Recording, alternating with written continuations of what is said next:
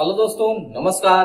मैं हूं फिरोज और आप देख रहे हैं पवन इन्फोटेक चैनल। साथियों, आज के इस वीडियो में हम सीखेंगे किसी भी नोट का विभाजन करना। मैंने पहले वीडियो में आपको बताया था कि कौन कौन से नोट होते हैं, कितने के नोट होते हैं और उनको पहचानने का नियम क्या होता है। आज के इस वीडियो में हम सीखेंगे उसका विभाजन, यानी 100 रुपए के नोट के जगह पे और किस किस नोट का हम प्रयोग कर सकते हैं, या किसी भी नोट के बदले और उसमें कौन कौन से नोट सम्मिलित होते हैं। तो बने रहिए हमारे वीडियो के साथ अंत तक। तो चलिए वीडियो को शुरू करते हैं।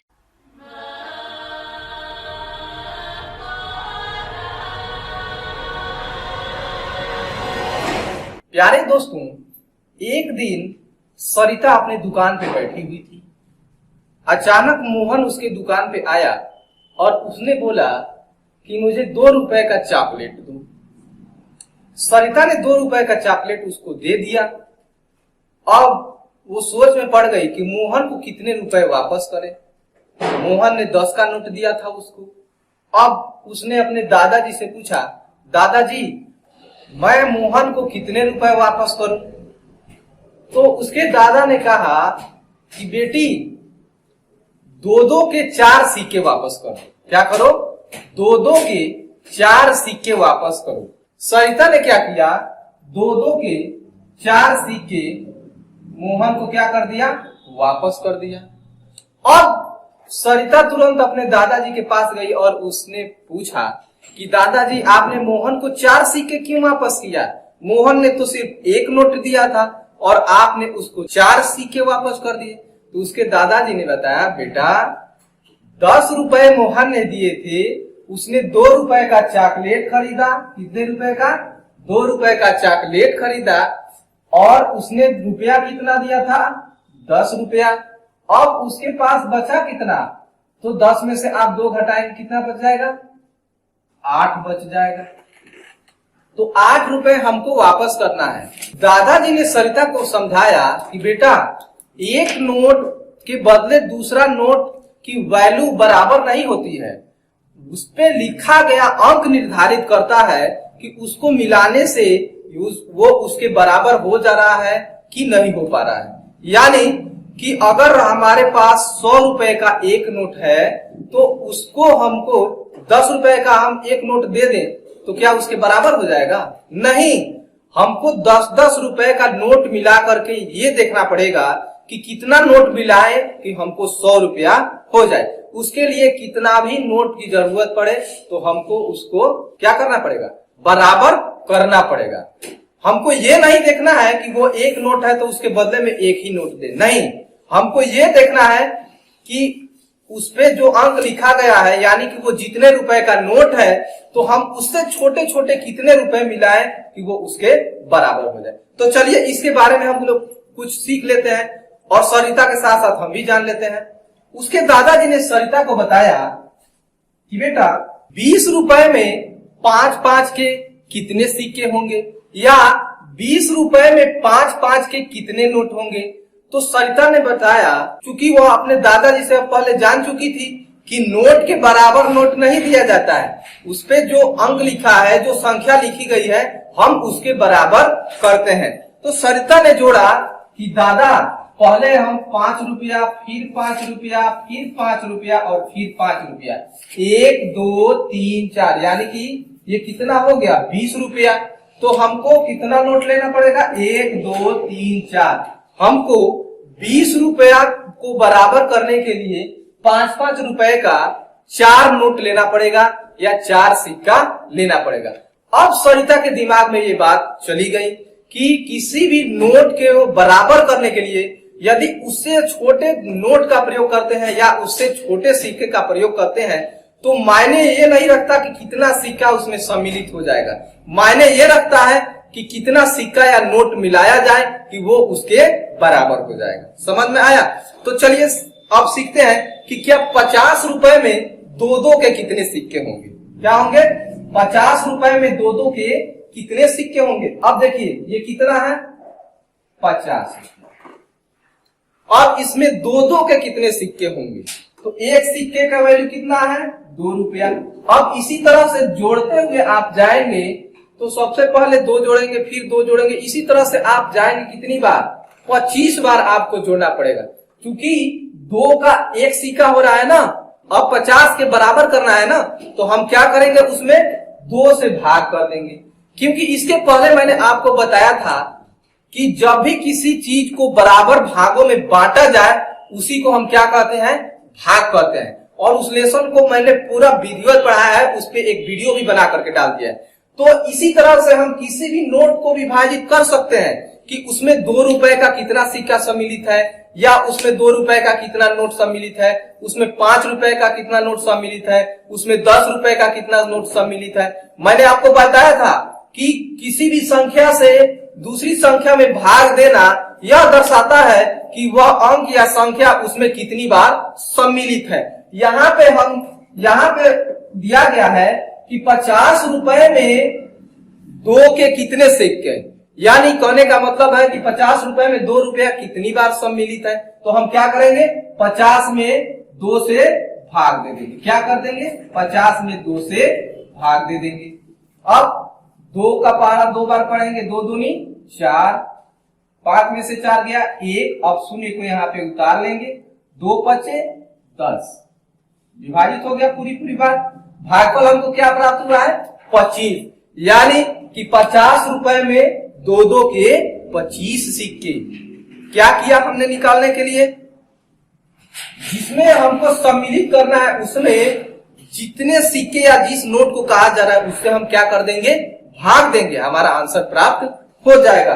अब यही क्वेश्चन हमको ये भी पूछा जा सकता है कि 50 रुपए में 5-5 के कितने सिक्के, या 50 रुपए में 5-5 के कितने नोट होंगे। तो 5-5 के ना, यानी 5 को 50 में सम्मिलित करना है कि 50 में 5 कितनी बार सम्मिलित होगा। तो हम क्या करेंगे, 50 में 5 से क्या कर देंगे, भाग देंगे।